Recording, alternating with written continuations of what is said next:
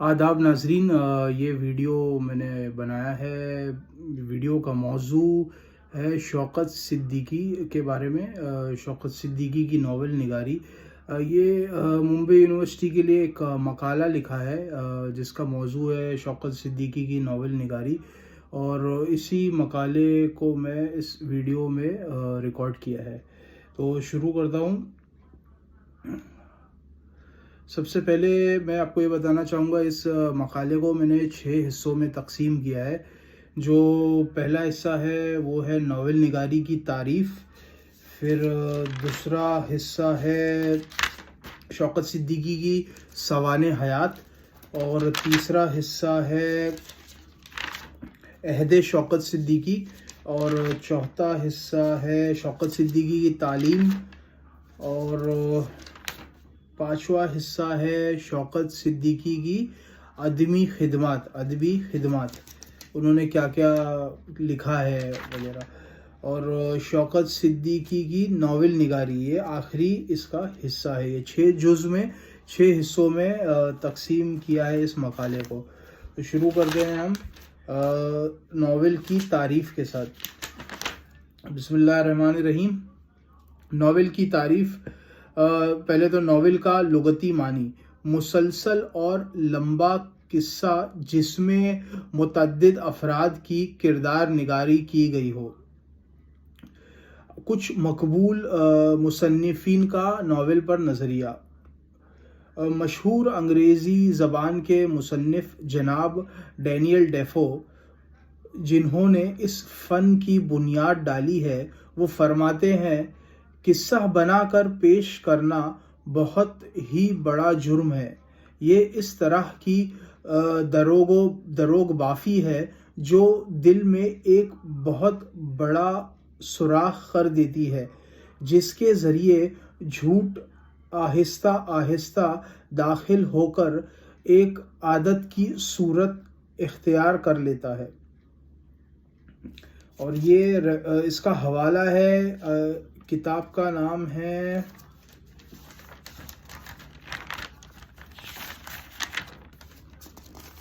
میں نے 2 کتابوں کا انتخاب کیا تھا یہ مقالہ لکھنے میں، تو میں پہلے ہی اس کا تعارف کرا دیتا ہوں تاکہ بار بار اس کا ریفرنس نہ دینا پڑے. 2 کتابوں سے استفادہ لیا ہے اور وہیں سے سارا مواد میں نے حاصل کیا ہے. پہلی کتاب کا نام ہے اردو ناول کی تاریخ اور تنقید. یہ ان کے مصنف ہیں علی عباس حسینی. اور دوسری کتاب ہے شوکت صدیقی، شخصیت اور فن. یہ کتاب کے مصنف ہیں ڈاکٹر انور الحمد.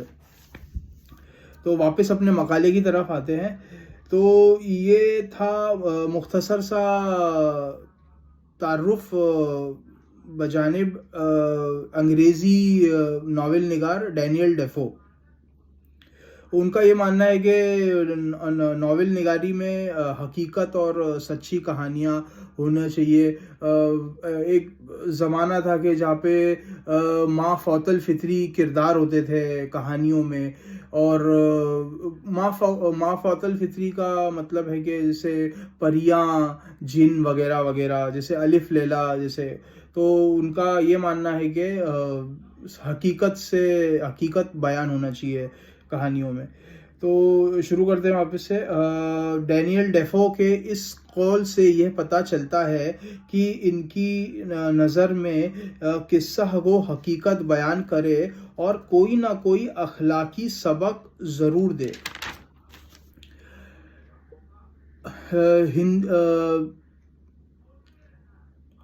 ہنری فیلڈنگ جو انگریزی زبان کے دوسرے مشہور مصنف ہیں، کہتے ہیں ناول نثر میں ایک تربیہ کہانی ہے.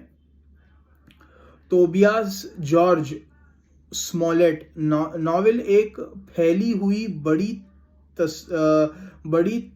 تصویر ہے جس میں ایک مقرر پلاٹ کے واضح کرنے کے لیے زندگی کے کردار مختلف جماعتوں کے ساتھ رکھ کر مختلف پہلوؤں سے دکھائے جاتے ہیں. ناول کا ارتقائی سفر داستاں، تمثیل، حقائق سے ہو کر گزرا ہے۔ مولوی نذیر احمد کی تخلیق کی گئی ناول، جس کا نام میرات العروس ہے، اردو زبان کی پہلی ناول ہے۔ پھر اردو کا عظیم ناول امراؤ جان ادا کی تخلیق مرزا ہادی رسوا نے کیا، اور پھر منشی پریم چند کا دور آیا، جن کے ناول کا ایک سماجی، سیاسی اور اخلاقی نصب العین تھا۔ ڈاکٹر انوار الحمد اپنی کتاب شوکت صدیقی کی شخصیت اور فن میں فرماتے ہیں، حقیقت یہ ہے کہ جب پریم چند کا سیاسی سماجی موقف داستانوں کی شب نگار بندہ اور مرزا رسوا کی صناعی یکجا ہوئی تو شوکت صدیقی کے ناول وجود میں آئے۔ یہاں پہ ایک لفظ ہے شب نگار بندہ، اس کا مطلب یہ ہوتا ہے کہ شادی کے پہلے وہ رات جہاں پہ دلہن کو حنا، مہندی وغیرہ لگائی جاتی ہے، تو یہ ایک محاورہ، ایک قسم کا محاورہ ہے، شب نگار بندہ۔ اب دوسرا حصہ ہے شوکت صدیقی کی سوانح حیات۔ شوکت صدیقی کی ولادت کا دن 20 مارچ 1923 ہے۔ شوکت صدیقی لکھنؤ میں پیدا ہوئے۔ ان کے آباء و اجداد کا تعلق روہیل کھنڈ یوپی ضلع بریلی سے تھا۔ ان کے والد کا نام الطاف حسین ہے، جو اپنے 18 بھائی بہنوں میں سب سے چھوٹے تھے۔ شوکت صدیقی کے دادا پیشے سے وکیل تھے۔ شوکت صدیقی کے والد الطاف حسین کی پرورش مولوی عبدالحسیب نے کی، جو بے اولاد تھے، اور الطاف حسین کو بریلی سے ہجرت کر اجمیر لے آئے تھے۔ شوکت صدیقی کا ننیحال اجمیر سے ہے، اور ان کی والدہ کا نام ننھی بیگم ہے، جو عبدالحریم خان کی بیٹی ہیں۔ عبدالحریم خان مولوی حسیب کے بہت گہرے دوست تھے۔ مولوی الطاف حسین پولیس میں نوکری کرتے تھے، اور مذہبی وجوہات کے مد نظر انہوں نے پولیس کی نوکری سے استعفیٰ دے دیا اور اجمیر سے ہجرت کر کے لکھنؤ آ گئے، اور لکھنؤ میں اپنے بہنوئی کے ساتھ لکڑیوں کا کاروبار کیا۔ الطاف حسین قیام پاکستان کے بعد کراچی ہجرت کر گئے۔ 1960 میں ان کا انتقال ہوا۔ شوکت صدیقی کے 7 بھائی بہن تھے، اور شوکت صدیقی مولوی الطاف حسین اور ننھی بیگم کے چھٹے فرزند تھے۔ دوسری جنگ عظیم کے دوران شوکت صدیقی نے 1940 سے 1943 تک فوج میں ملازمت کی۔ شوکت صدیقی لکھنؤ سے جاری ہونے والے ماہنامہ ترکش میں بحیثیت مدیر بھی شامل رہے۔ شوکت صدیقی ترقی پسند تحریک سے جڑے اور کچھ ماہ جیل میں بھی رہے۔ شوکت صدیقی 28 برس کے تھے جب 1950 میں وہ لکھنؤ چھوڑ کر پاکستان آ گئے، اپنی محبت کو حاصل کرنے، جس میں وہ ناکامیاب رہے۔ 1952 میں شوکت صدیقی نے ڈاکٹر محمد سعید خان کی بیٹی ساریہ بیگم کو اپنا شریک حیات بنایا۔ شوکت صدیقی کے 3 بیٹے اور 3 بیٹیاں تھیں۔ پاکستان آنے کے بعد صحافت کے پیشے میں مشغول رہے، اور 1952 سے 1954 تک پاکستان سٹینڈرڈ میں سب ایڈیٹر رہے۔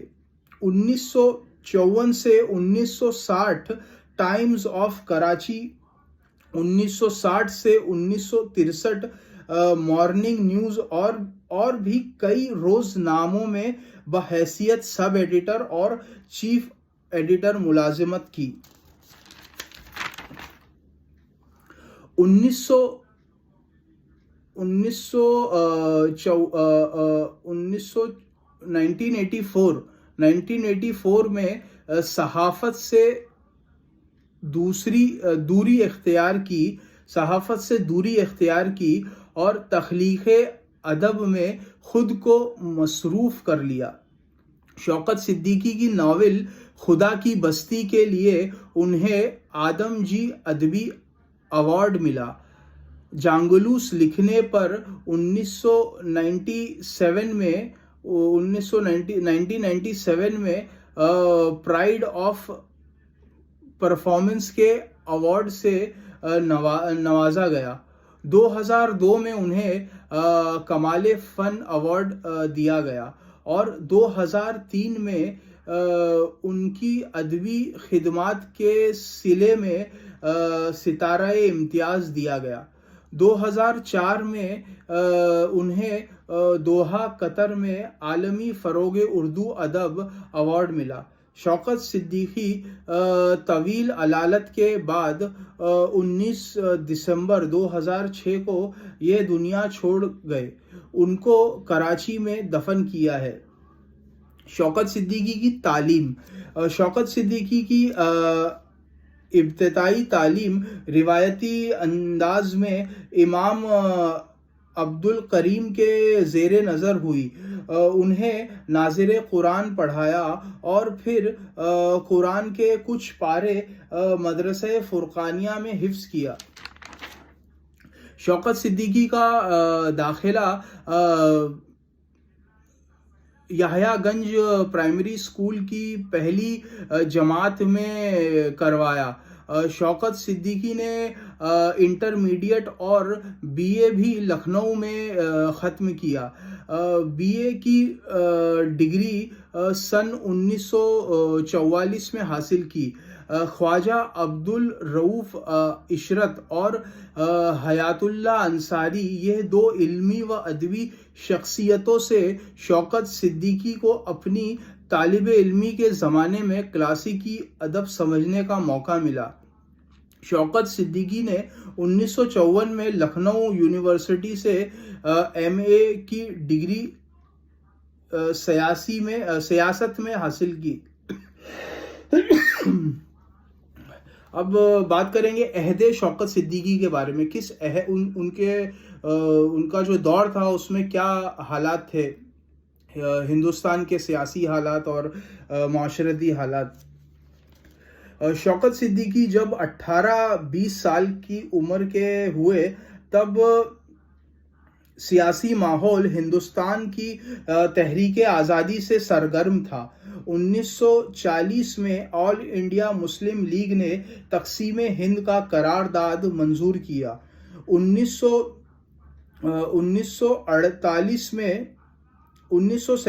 میں تقسیم ہند کے ساتھ کشور پاکستان کی تخلیق ہوئی اور لاکھوں لوگوں نے سرحدیں پار کر ہجرت کی۔ اس دور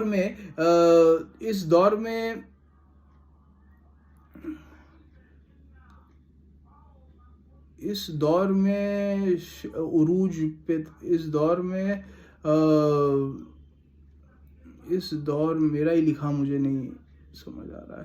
اس دور میں سوشلزم عروج پہ تھا۔ سوشلزم کی طرف لوگ بہت قائل ہو رہے تھے سوشلزم کے۔ اس دور میں سوشلزم عروج پہ تھا اور ترقی پسند تحریک سے جڑے کئی ادیب سوشلزم سے متاثر تھے۔ سماج میں غربت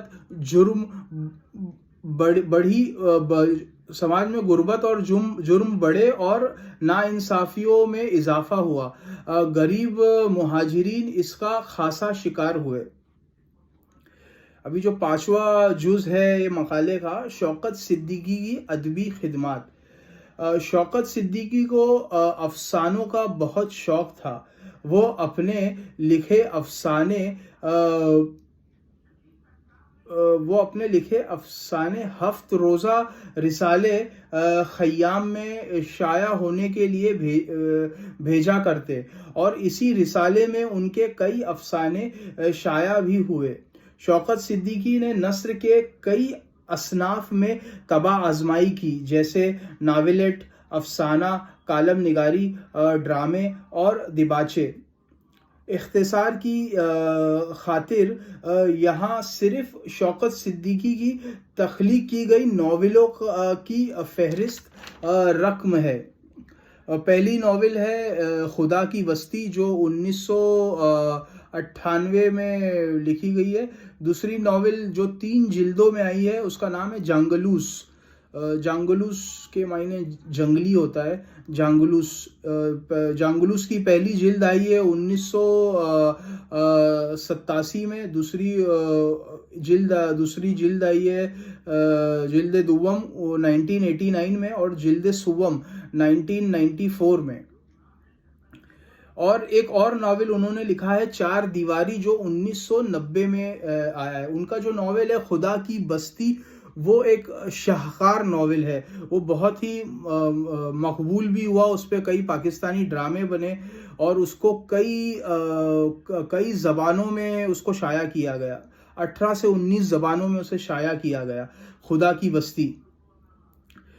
شوکت صدیقی کی ناول نگاری، یہ آخری جز ہے شوکت صدیقی کی ناول نگاری۔ شوکت صدیقی ہماری ادبی تاریخ کا بہت اہم باب ہے۔ شوکت صدیقی کی تحریروں میں پسماندہ، درد ماندہ اور مظلوم و محروم طبقوں کی حقیقت زندگی کی عکاسی کی گئی ہے۔ ان کی کہانیوں اور ناولوں میں ہماری طبقاتی، معاشرتی صورتحال کی فنکارانہ ترجمانی کی گئی ہے۔ شوکت صدیقی نے سماج کے اشرافیہ طبقے کی زندگی سے پردہ اٹھایا اور عورتوں اور بچوں کے مسائلوں کو اپنی ناول کے کرداروں کے وسیلے سے، اپنے کہانیوں اور کرداروں کے وسیلے سے منظر عام پر لائے۔ شوکت صدیقی کا مشاہدہ اور تجزیہ ہے کہ معاشرے کی اس بھیانک حالت کا ذمہ دار سرمایہ داری نظام ہے، کیپٹلزم۔ اس بھیانک حالت کا ذمہ دار سرمایہ داری نظام ہے۔ بعض ناقدین نے شوکت صدیقی اور چارلز ڈکنس کے فکر و فن میں بہت مماثلت دیکھی ہے۔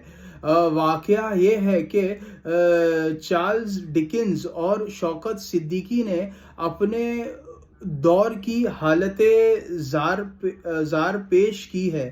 دونوں نے ہی باثروت طبقے کے مظالم منظر عام پر لانے کی کوشش کی ہے۔ دونوں کے ناول میں معاشرتی مسائل کی بے رحم عکاسی کی گئی ہے۔ ڈکنس کے ناول معاشرے میں پھیلی ہوئی ناانصافیوں کو ختم کرنے کے لیے عمل پر اکساتے ہیں۔ وہ انجماد اور بے عملی کو جھٹلاتے ہیں۔ غربت کے مارے دکھی انسان ڈکنس کے ناولوں کا بنیادی موضوع ہے۔ شوکت صدیقی کی ناول کمین گاہ، خدا کی بستی اور جانگلوس میں سماج کی طبقاتی نظام کی برائیوں کی منظر نگاری کی گئی ہے۔ 4 دیواری لکھنؤ، یا جو یہ ناول ہے 4 دیواری 1988 میں آئی ہے۔ یہ 4 دیواری لکھنؤ یا شام اودھ کی کشش کا فریب لیے ہوئے ہے، مگر حیرت انگیز طور پر مصنف نے اپنے تصور حیات کے مطابق 4 دیواری کے اندر پروان چڑھنے والے توہمات اور سازشوں سے بھی ایک دل فریب کہانی بنی ہے۔ یہ ناول ان کے ایک ناولٹ کوکا بیلی کی توسیعی شکل ہے۔ کوکا بیلی 1926 میں ادارہ ادبیات لاہور نے شائع کیا. اس کے ایک ایڈیشن کے بعد بھی شوکت صدیقی نے سوچا کہ ناولٹ اپنے موضوع اور تاثر کے لیے زیادہ بڑا کینوس چاہتا ہے. اس لیے اس ناولٹ کو پھر آگے ایک ناول میں تبدیل کیا، اس پہ اور کام کیا اور اس سے ایک ناول لکھنے کی کوشش کی. اور یہ ناول تھی خدا کی بستی، چار دیواری. تو یہ تھے جناب شوکت صدیقی. آپ ان کے بارے میں اور تحقیق کریے اور پڑھیے. یہ ادب کی دنیا کے ایک مشہور اور ایک شاہکار فنکار ہیں. اللہ حافظ.